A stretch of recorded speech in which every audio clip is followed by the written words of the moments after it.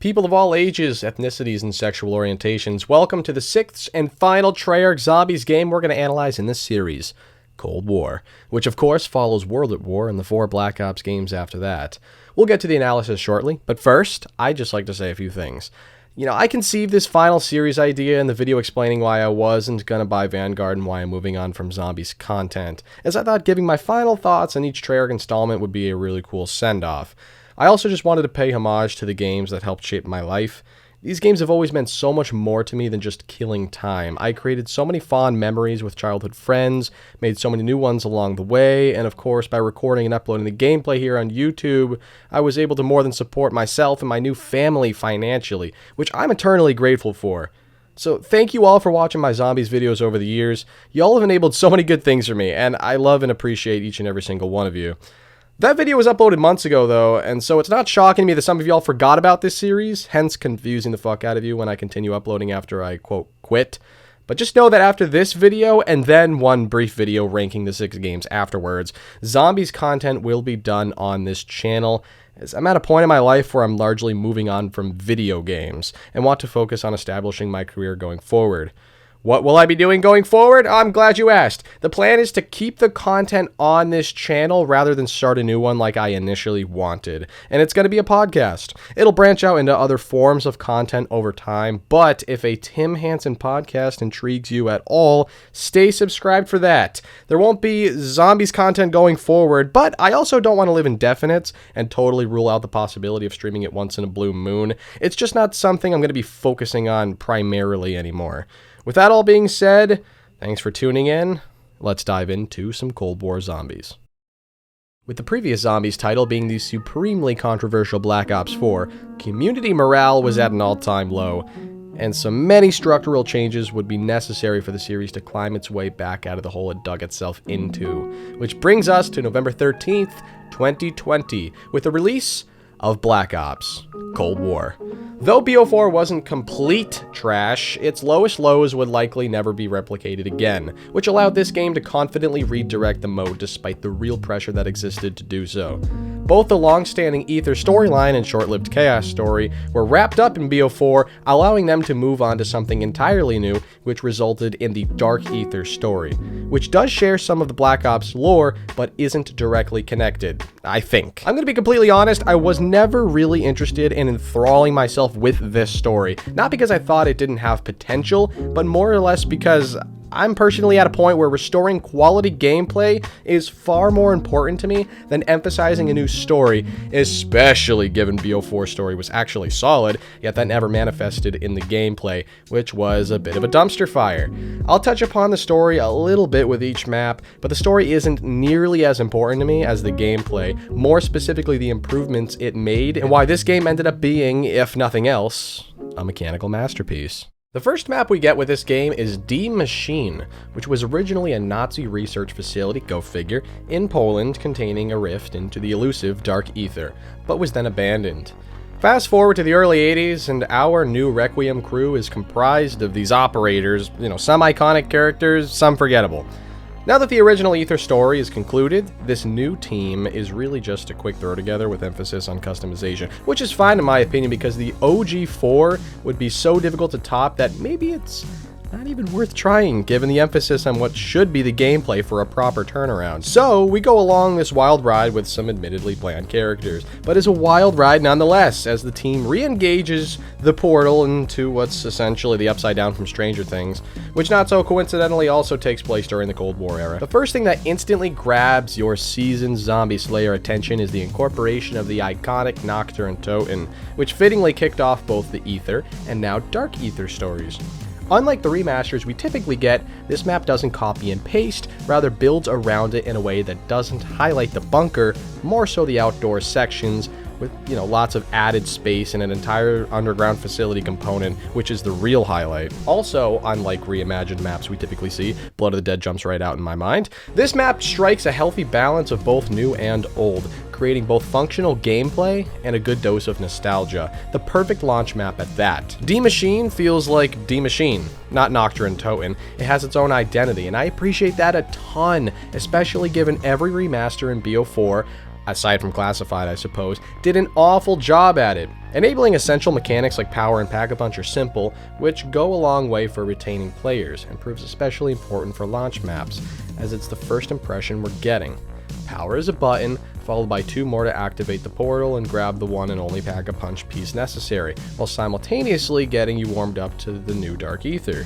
Which is aesthetically profound, by the way. It's so fucking beautiful in my eyes. The new boss zombies take on a radioactive theme with both the Plague Hounds, I think you can guess what they're like just based on the name, and the Big Brawlic Megaton, which starts off as a big Chad, then splits into smaller, weaker alternates, which are then easier to kill. I personally love the Megaton's dynamic.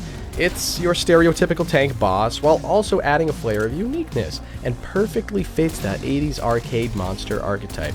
I dare say he's already an iconic boss zombie. You even obtain the necessary keycard for the wonder weapon upon its death, the DIE Shockwave, which is essentially a dual suck and fuck cannon that replenishes its own ammo supply, which is really spectacular actually if you ask me. It even comes with 4 elemental upgrades: fire, ice, poison, and lightning, which wasn't even necessary to be honest, but certainly adds depth and replayability value. The all-time classic ray gun also makes its debut, and I say that because this ray gun is so much more powerful than the original, they frankly feel like 2 different guns. It outputted, get this, 8,000 damage per shot when fully upgraded when the game first came out, but it was naturally patched when the devs realized it was effortlessly melting through the zombies like a hot knife in butter. Regardless, it felt refreshing having a reinvigorated classic that completely lost its touch as the series went on. It felt like having it mattered again. Maschine was tasked with harnessing both a familiar and innovative map to retain a frustrated player base following the disappointment of BO4. And I'd say it achieved such.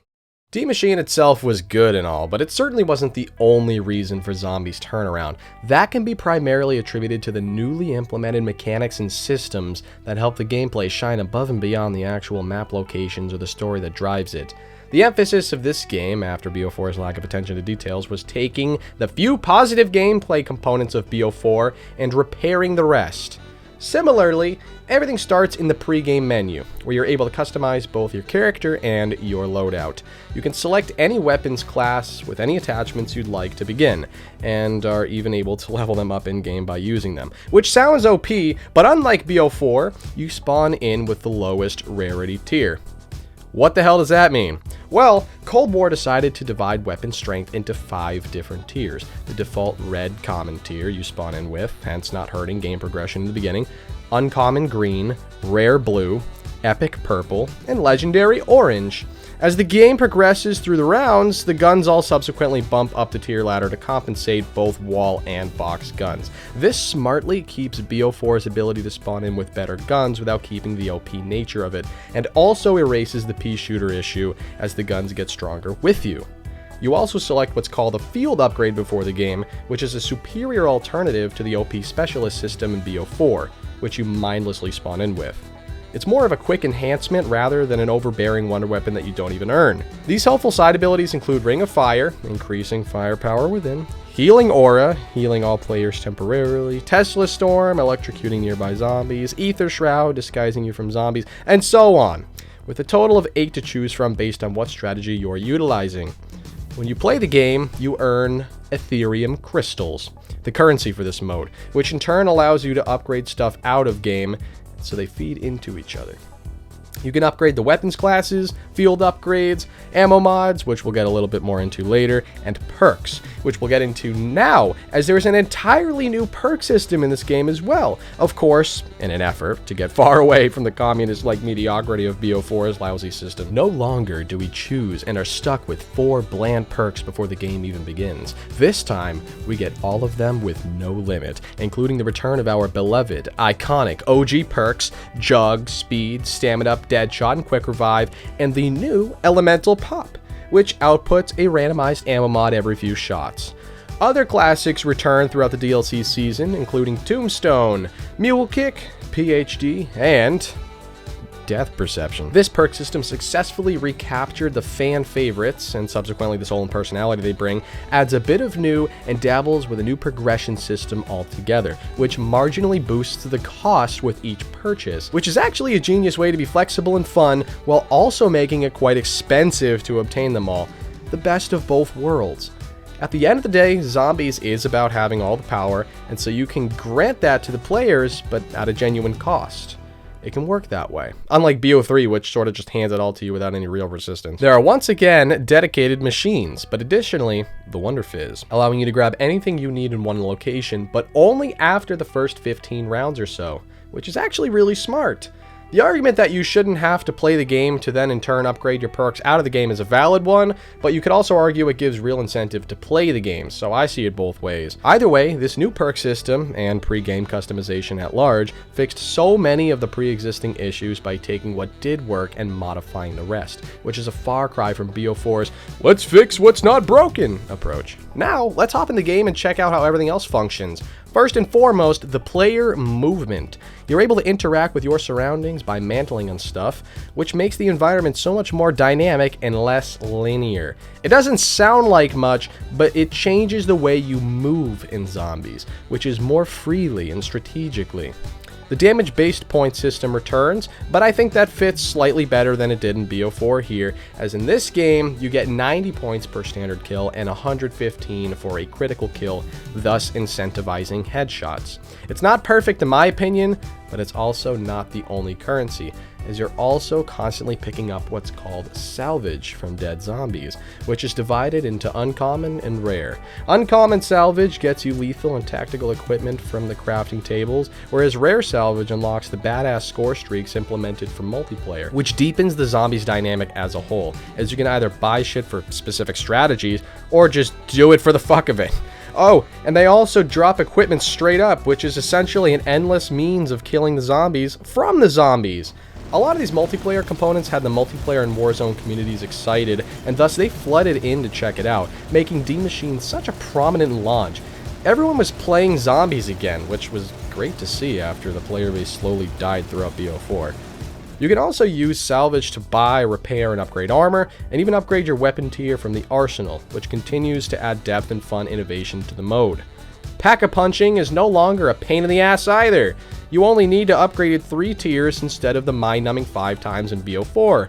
Granted, it is far more expensive in this game, but that directly correlates to stronger weapons, so it's really worth it. And ammo mods are no longer random. You get to choose them and upgrade them. How cool is that?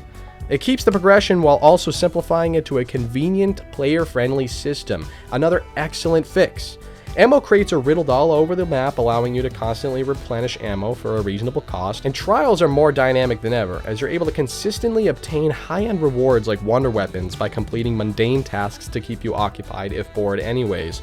The last and most important improvement here, though, is exfilling, which is way more important than you may even realize. Typically in the olden days, you'd start a game, reach your peak early in the game, and play for several relatively boring hours to follow, to either achieve high rounds or, just kill time from your boring everyday life. Sorry, that's my Snapchat notification. I do read these notes from my fucking phone. God damn. Well, now you have the option to exfil every 5 rounds, which is your way of exiting the game without actually quitting or purposefully dying, which I would do virtually every time I played, aside from the few occasions that I would really go for it. Instead of wasting hours of progress, you can now choose to fight your way to an early exit and be rewarded for doing so with XP and crystals, which is a perfect way to both reward your time and effort and allow you to move on to a different map or mode if you change your mind without the guilt. The end of a Zombies game has always looked the same, and it's always been the most dreadful part, but now it's arguably the best part, since it's on your own terms at all times. It's such an underrated feature that incentivizes playing the game more so than those of the past. There are just so many great qualities to the gameplay that place it firmly above the mess that is BO4, and lots of it came from just not overthinking and directly addressing what works and what doesn't, what players like and what they don't. The gameplay isn't quite perfect, but if I'm being honest, it's the closest we've gotten to it. No OP microtransactions, no overcomplicated mess, just good fun. I also just love the overall aesthetic of this game. It has an 80s arcade style that fits so perfectly. It looks and feels just as good as it plays. Several months had passed before we began to wonder when the fuck we were going to get the second map. D Maschine is great and all, but we usually see at least 2 maps at launch, and so we were squeezing every last drop from it. Finally, 3 months later, we got DLC 1, Firebase Z. which takes us to the jungles of Vietnam, where the opposing Omega Group has done some very similar dimensional rift experimentation and research to that of Maschine. I always appreciate these exotic Asian women, I mean maps, Vietnam in particular not ever having been explored in the mode before, and it's vastly beautiful. Surrounding the entire map is a giant purple force field, which contrasts nicely with the overall fiery orange tint. You spawn in this little village and then teleport yourself over to the Firebase, which contains 3 power sources, each of which is easy to activate. Once you do that, Pack-a-Punch is unlocked, and you can finally stop listening to this douche. Pretty much all of the gameplay systems carry over from one map to the next in Cold War, with of course some key differences to make it unique. Firebase has this really cool new wonder weapon, the Ray K-84, which functions as a laser gun, an orb shooter, and both simultaneously to create the ultimate explosion, similarly to the Ray Gun Mark III. There are no other wonder weapons, but that's fine by me because this one is innovative and powerful enough to rise you through the rounds, and it can be obtained in various ways, including the box, trials, and a small Easter egg, which this game has hundreds of, it feels like. That and the seemingly endless amount of intel you can collect to learn about the story. Some old faces return, the Mangler and Hellhounds, with the new, mostly infuriating Mimic, which, totally inconspicuously, disguises themselves as items around the map, only to rise up and fuck you up. Honestly, these things could have been called Manglers. Their faces are all sorts of fucked up. They run pretty fast and can grab you too. They spawn pretty often. They're really annoying. But otherwise, I don't have much to complain about this map. It's not the most exhilarating experience ever. In fact, it might be the least favorite of the 4. But I actually find myself playing it more than everything else besides Maschine. That map is far and away my favorite. Firebase has some cool additional features, like the recurring assault waves and Orta takedown later in the rounds that keep you on your toes. Overall, a really solid map that probably could have benefited from a better plot, but like I said, the emphasis of this game is placed on the gameplay, not the story. So we'll take what we can get. Things really get interesting a few weeks later with the release of an entirely new mode, Outbreak, which is an open-world zombies mode like that of GTA. Treyarch always wanted to try something like this, and finally did in 2021 before GTA 6 ever came out. What the fuck is life? There were other jank-ass modes like Onslaught, Cranked, which is literally just zombies with a timer, Dead Ops Arcade 3, and more, which I'd never disrespect because that's a quality mode. It's just been done a little too much at this point, come on. But Outbreak is really the only side mode I want to focus on in this video because it's far and away the most expansive and important for the game. It's also a very controversial mode, and you'll see why as I break it down. You spawn into one of several potential locations and need to complete whatever arbitrary objective it tells you to complete. It varies greatly. You're able to explore zombies on a massive open world scale that feels hundreds of maps large, and are able to interact with everything from random houses to wildlife to the myriad of zombies and bosses lurking around the place, and can find many different ways to obtain points. To then purchase perks, guns, Pack-a-Punch, pretty much everything that applies to a standard zombies map. You can do sort of whatever you want, whenever you want, which on one hand is obviously very freeing, but can also feel very drawn out. The spacing can be viewed as a benefit, but I personally view it more as cumbersome. It feels unnaturally stretched out. It wouldn't feel like that if the dynamic wasn't so similar to standard zombies, but you're really just doing what you'd normally do on a much bigger, drawn-out scale. You either exfil at the end like you would normally do, or just warp to another location, which increases the difficulty. I've had some fun playing this mode, but I personally enjoy the close-range, intense combat of a standard zombies map more. It forces you to be more strategical, and doesn't feel like an eternity to get from one place to another. To me, spending an hour on Maschine and then exfilling sounds way more appealing to me than playing 4 hours of what's basically the same thing, but on a much bigger scale for the sake of it. There was great intent with this mode, and I might even be in the minority for not liking it a lot. But in practice, I think we realized that round-based zombies is just better. Which again, isn't to discredit Outbreak, because it's its own niche with a slower pace that some people do enjoy. I see it both ways, and although I prefer round-based zombies, Outbreak is definitely an important mode for the game. It finally explored the open world concept that you and I always wondered it would look like, and so I appreciate it for that, if nothing else. This is where the Cold War season came to a screeching halt. It's been 5 long months since Outbreak came out, and there wasn't much light at the end of the tunnel. It's extremely important to note that this game's production was heavily compromised by the pandemic we're still somewhat recovering from today, and so a little bit of slack for the devs is definitely warranted. With that said, it still sucked not getting much content. Pretty much everything that's released thus far is the amount of content we typically get just with the launch of prior games. In July, however, we got Mauer der Toten, German for Wall of the Dead, at, wait for it, the Berlin Wall in Germany. We're here to stop this crazy broad from crystallizing herself and zombifying everyone else, and so we take to the streets. Right off the bat, it's a cool location, and incorporates verticality in a tolerable way. With zip lines and ladders traveling up and downwards, which is something we don't see often, at least not properly executed. As per usual, Pack-a-Punch and Power are first on the agenda, and so you do that only for it to cock-block you. So then you grab the second fuse, and now you've got it working. Right in the middle of the map is where this bizarre ritual is taking place, and so we quickly put an end to Skeletor. It's called a disciple?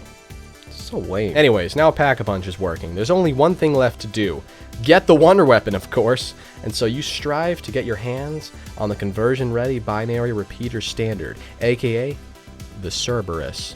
It's initially a little laser gun, like a sleeker ray gun, but can be converted into 3 different upgrades. How do you upgrade them? In a way we've never done before, by acquiring the mod kits from deceased zombies. It'll either be the Blazer, a straight line attack, the Diffuser, a broader attack, or the Swarm, which are all individually very powerful and can all be pack-a-punched to make them even stronger. This is easily the highlight of the map, as you essentially have an unlimited amount of ammo and versatility. It's literally the equivalent of having a free Wonderwaff drop with every few zombies you kill, with 3 different variants that can also be upgraded. It's ridiculous, to be honest. I'm surprised more people don't talk about this Wonder Weapon. It has to be one of the best there ever was. Some boss zombies from previous maps dabble, but we also see some new ones, like the Disciples, Tempests, Tormentors, and of course, who could forget the Russian edition of the Panzer Soldat? He goes by Krasny now. Don't get it twisted, he's just as horrifying and dangerous as he once was. I experience PTSD every time it spawns. Now, unfortunately, there isn't much else to say about the map. I guess Klaus, right? You're starting to notice a pattern with these Cold War maps. They're all nearly identical in nature, of course with a different theme and some minor tweaks here and there. Mauer is actually a really good map, potentially the best in the game. I enjoy it more every time I play it, it feels like. The problem is, it doesn't give you too many reasons to come back and play often, which is the case for pretty much every one of these maps, and I can't quite place my finger on it. I think both things can be true, that it's a quality map, but it also feels a little generic at this point. It just doesn't have a strong enough lift to keep the excitement going longer than its first week, which for whatever reason wasn't really the case with previous games. Maybe it was rushed? That doesn't sound ridiculous at all, you know, given the production was chopped up by the pandemic. You at least know it could have been better had they had a realistic amount of time to inject all of their passion into it. Speaking of a lack of passion, we conclude the game with Foreskin. I meant... You know, that wasn't even a meme that time. I meant to say Forsaken that time. The Foreskin. Forsaken. Which of course also falls under the same issue. The story wraps up here with the Omega Group releasing the almighty Forsaken from the Dark Ether into our world to destroy it. Until Samantha puts an end to that shit. I find this map to be far and away the most boring of them all. Maybe not the worst, but it definitely doesn't excite me in any way, shape, or form. Which is ironic, of course, given it's the final map and it's supposed to be the, epic conclusion to what has largely been a great game thus far. The whole concept here is that it's a Russian base simulating a stereotypical 80s American town, and while it can be aesthetically pleasing, the design is very linear. It's hard to distinguish different sections of the map. It's a long-winded path that leads you to the teleporter that doesn't work, which you then find some arbitrary pieces for, which then allows you to go to the other portions of the map. Shit's just sort of scattered everywhere. It's like a strenuous scavenger hunt with so much space it starts to remind you a little bit of Outbreak. Like the other maps, the Wonder Weapon and boss zombies are switched up, the former being a dope-ass crystal blade that also converts into a gun, and the latter being a blender of all previous bosses highlighted by the Abomination, which looks like a mix of the Margwa and Wild Mud from Ben 10. Other than those small tweaks, it shares the same generic Cold War format as the rest, except this map's layout is genuinely bad. If that felt like an underwhelming end to the video, that's because it was an anticlimactic end to the game. The last map was the worst, and the Cold War formula drew dead at the end. Despite that, however, I actually believe the rest of this game was good, solid enough to at least justify making the game, even though they could have axed it with a pandemic going on. Sure, I would have liked more maps. Who wouldn't? 4 is a bit underwhelming in today's standards, which I guess is 8 if you're looking at BO4, but honestly 5 or 6 would have been fine. The story wasn't overly captivating and the maps were collectively average, I'd say, but that absolutely does not take away from the masterclass gameplay. The bottom line is, the zombies formula was becoming both flawed and stale as time went on, and Cold War significantly improved it with some simple, player-friendly fixes and tweaks. I suppose each game has its own thing. You go to World at War for classic bare-bones gameplay, BO3 for the story and OP gum, and Cold War for the best overall gameplay from a mechanical perspective. It did a nearly flawless job of taking what already worked and properly executing the good ideas that were poorly executed in the past. A perfect balance of old and new. Things that should be simple are, and everything else is gravy. You have lots of power, but not without real progression. The gameplay was approached from the eyes of the player this time, not so much the devs. If nothing else, Cold War Zombies is a mechanical masterpiece. Thanks for watching, and stay tuned for my very last planned Zombies video ranking these 6 Treyarch games.